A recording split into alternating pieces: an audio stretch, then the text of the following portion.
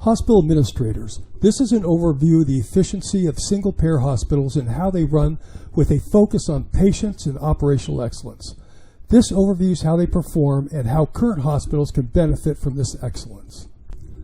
Any business, including hospitals, start by defining goals, building strategies, and executing tactics. It starts at the top. A single-payer hospital starts with at least these three goals. 1. Deliver a safe, efficient, value-based medical service to patients. 2. Consistently decrease cost. And 3. Constantly increase patient flow through the hospital. There may be other additional goals. A single-payer hospital is in your future one way or another. America cannot continue to pay exorbitant healthcare costs without receiving extraordinarily excellent healthcare outcomes. I'm going to go through how a single-payer hospital works. I've designed the presentation in 3 sections. First, the state of hospitals today. Second, the aspects of a single-payer hospital that can be utilized today. And third, some characteristics of a single-payer hospital that only make sense once the single-payer system is in place. 4, and finally, a high-level move-forward plan. I'm Jim Fitzgerald. Let's start the presentation. This is too important to gloss over, so I'm going to read it. The U.S. spends 17% of GDP on healthcare. The European median is 9.6%. Hospital infection rates occur in 1 out of 31 patients. Average hospital occupancy rate is 62%. The ED is clogged. 70% are non-emergency patients. ED walk-in to hospital bed times, 12, 18, 24, and up to 30 hours. Infant mortality rate, 5.8 out of 1,000. The estimate of wasteful healthcare spending is $1 out of every $5. Currently, hospitals operate the same today as they did yesterday. Change in medicine is perceived to be too risky, and management needs to see into the future. Hospitals that don't have the ability to change will find themselves not fitting into a new system or being pushed out by more efficient hospitals. Hospitals need to change whether they're a single payer or not. A single payer system will put radically different pressures on how a hospital is operated. Look at a hospital as a system. The hospital must become agile to quickly respond to changing healthcare responsibilities. It must be robust so that unanticipated changes are easily handled. Hospital management must look into the future, not into the past. Hospitals with the most money won't win. Hospitals that operate smartly will. Smart means focus on the holistic patient experience. View the hospital as a system. Create profound knowledge of that system and improve it using the Toyota Production System tools and philosophy. Decrease costs year over year. Constantly move towards perfection. Reduce HAIs.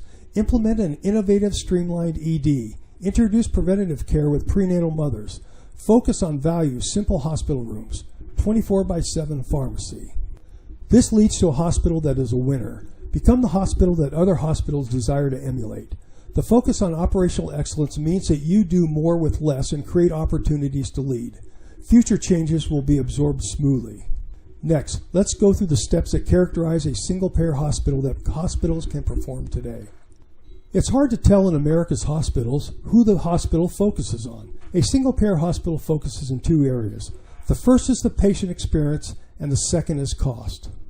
Even if you are not a single-payer hospital, there are huge advantages to focusing on the patient-hospital experience.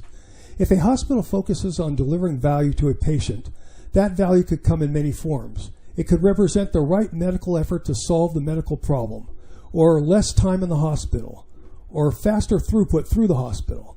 That focus helps insurance companies decrease their costs and doctors to spend less of their valuable time at the hospital.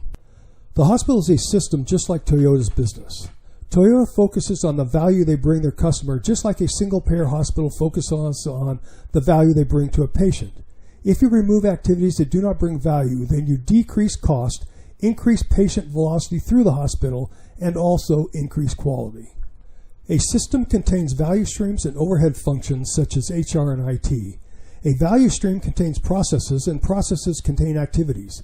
A value stream contains all the processes from an initiating event such as a patient walking into the hospital all the way through to a final event such as a patient leaving the hospital.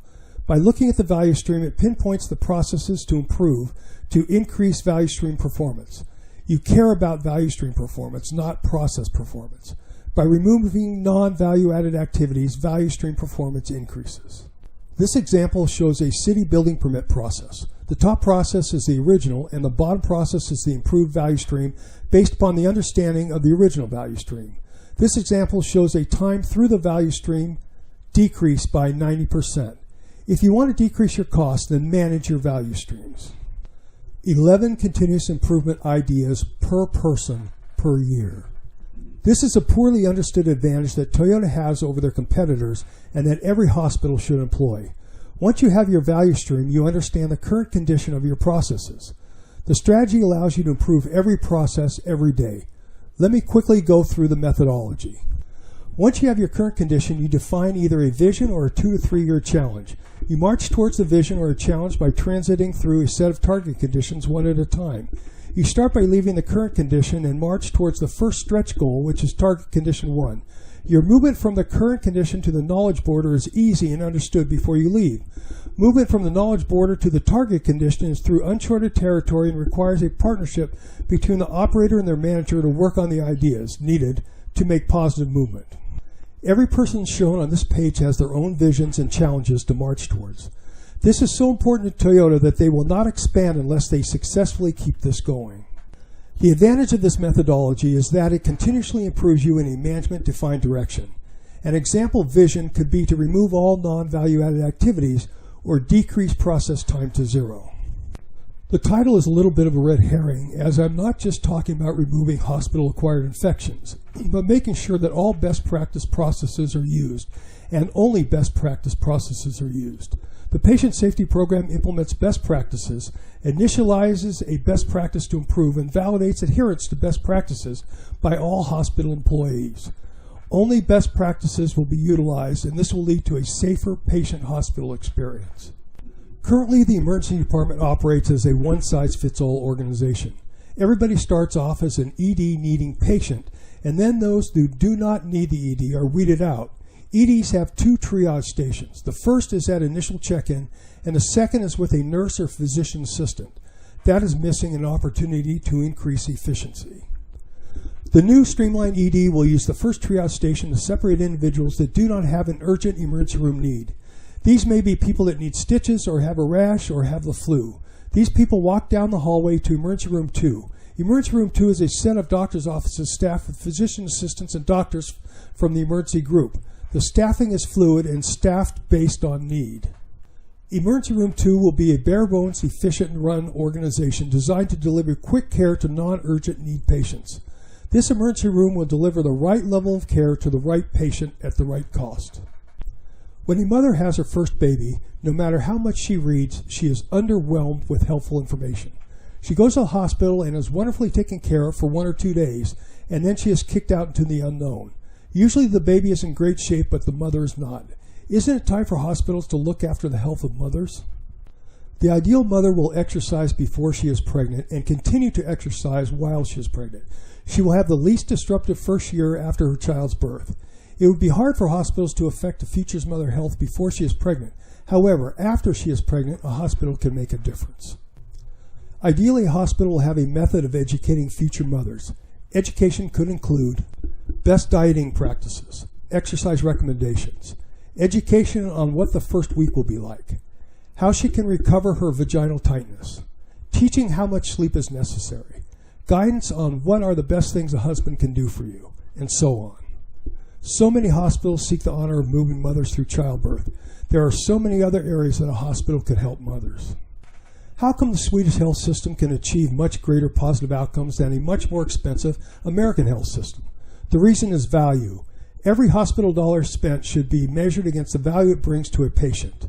Value to a patient could include an extended life expectancy, shortened hospital stays, faster recoveries, less deleterious medical issues, lower cost. This is just a short list of benefits to a patient in a hospital. A single-payer hospital will list as many benefits as they can and validate that investment on how it affects the patients. Focus on processes, not stuff. Your hospital already has a pharmacy of some sort. Look at all the medications that exist in the ED. If you think about the 70% of people that go to the emergency room that don't have an emergency room issue, a lot of their pharmacy needs will be similar. The concept here is the ability to deliver to patients medicines based on the 80-20 rule. It won't help everybody, nor be a large facility, but it should make the hospital experience easier for your patients. Everything I've mentioned up to now is a characteristic of a successful single-payer hospital. A non-single-payer hospital may want to pick and choose which characteristics to emulate. This slide overviews characteristics of a single-payer hospital that a current hospital may not be able to implement before a single-payer health system is in place. Let me overview 4 of these characteristics. Yes, liability costs such as insurance and litigation disappear with single-payer. The single-payer system governments own the hospitals and employ the doctors. Since you cannot sue the government, liability lawsuits and trials do not exist. This would be a huge change to current costs and practices. Specialists are very much a part of a single-payer hospital. In some countries, the specialist offices exist in the hospital, and in other countries, the specialists reside across the street.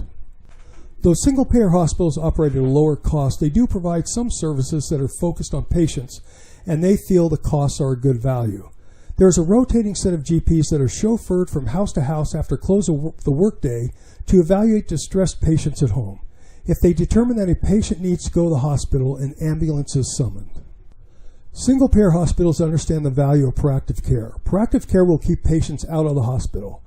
Though 30 areas have been identified, these are 5 that dominate. These areas represent medical conditions that can avoid hospitalization with better medical care.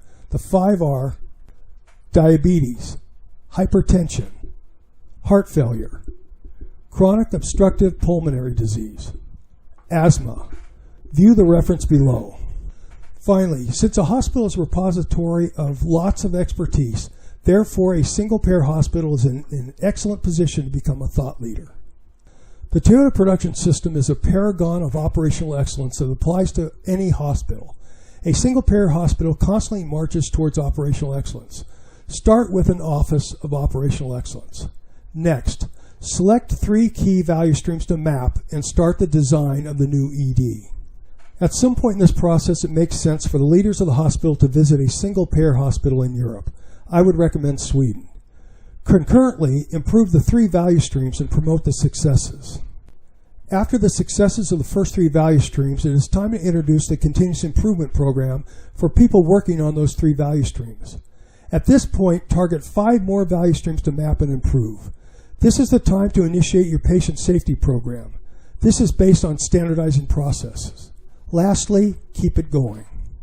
Toyota is successful because they focus on the value that they can bring to their customers. Hospitals can do the same. Flowing patients through your hospital is a benefit to patients, doctors, and insurance companies. Creating a culture of change will make the hospitals adaptable. It's time for hospitals to focus on decreasing their costs, and the Toyota production system is the best improvement model in use. I'm Jim Fitzgerald, a Lean Six Sigma Master Black Belt, and I look forward to guiding your hospital into the future.